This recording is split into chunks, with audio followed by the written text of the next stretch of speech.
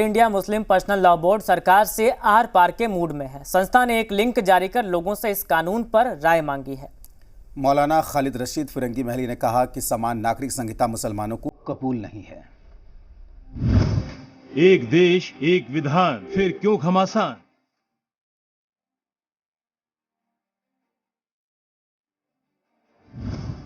UCC तारीख तय, मुस्लिमों में भय।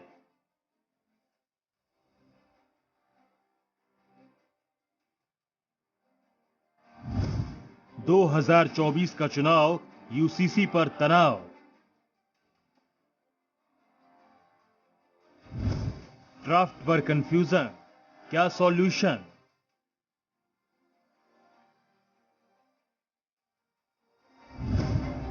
20 जुलाई, अब असली लड़ाई। 20 जुलाई ही वो तारीख हो सकती है जब समान नागरिक संहिता यानी यूसीसी लागू करने की तरफ देश की संसद का पहला कदम बढ़ेगा। यूसीसी की मुनादी किसी और ने नहीं बल्कि खुद प्रधानमंत्री नरेंद्र मोदी ने कर दी थी। सुप्रीम कोर्ट ने बार बार कहा है, सुप्रीम कोर्ट डंडा मारती है, कह रही है कॉमन सिविल कोड लाओ, लेकिन ये वोट बैंक के भूखे लोग जो पसमंदा मुसलमान हैं, उन्हें आज भी बराबरी का हक नहीं मिलता। उन्हें नीचा और अछूत समझा जाता है। पीएम मोदी के इसी बयान के बाद से ही यूसीसी पर जमकर सियासत का दौर शुरू हो गया। यूनिफॉर्म सिविल कोड पर जारी विवाद के बीच all India Muslim personal law board ने बाकायदा लेटर जारी किया है। इस चिट्ठी में लोगों से यूनिफॉर्म सिविल कोड का विरोध करने की अपील की गई है। लेटर के मुताबिक देश में समान नागरिक संहिता को लागू करने का माहौल बनाया जा रहा है। अलग अलग धर्म और संस्कृति वाले देश को समान नागरिक संहिता के जरिए धार्मिक और सांस्कृतिक स्वतंत्रता पर चोट पहुंचाई जा रही है। कोई भी मुसलमान इस बात को पसंद नहीं करता कि हमें अपनी शरीयत पर अमल करने से रोका जाए। इस वजह से इसकी मुखालफत हो रही है और जनरल सेक्रेटरी साहब ने एक सर्कुलर जारी करके आवाम से ये अपील की है और एक लिंक जारी किया है कि उसके थ्रू लॉ कमीशन तक अपनी बात ईमेल से बआसानी पहुंचाई जा सकती है। All India Muslim personal law board के इस बयान के जवाब में बीजेपी की तरफ से केंद्रीय वित्त राज्य मंत्री पंकज चौधरी ने मोर्चा संभाला और कहा कि यूनिफॉर्म सिविल कोड शुरुआत से ही बीजेपी का एजेंडा रहा है और सबकी रायशुमारी के बाद ही इसे लागू किया जाएगा।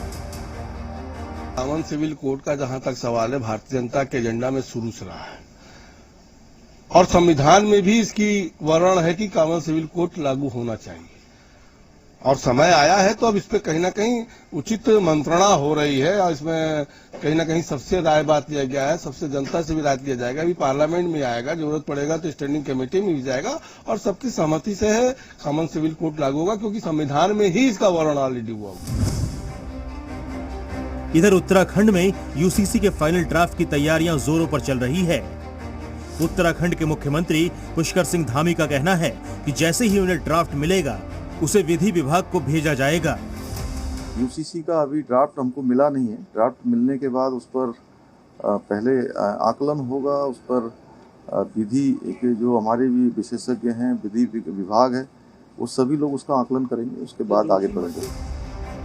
प्रधानमंत्री नरेंद्र मोदी ने जिस पसमानदा मुसलमानों का जिक्र किया था, उनका संगठन भी यूसीसी के समर्थन में खड़ा हो गया है। पसमानदा मुस्लिमों ने साफ किया है कि अब तक सभी दलों ने हमारा शोषण किया है। तो एक सामान कानून की बात हो रही है।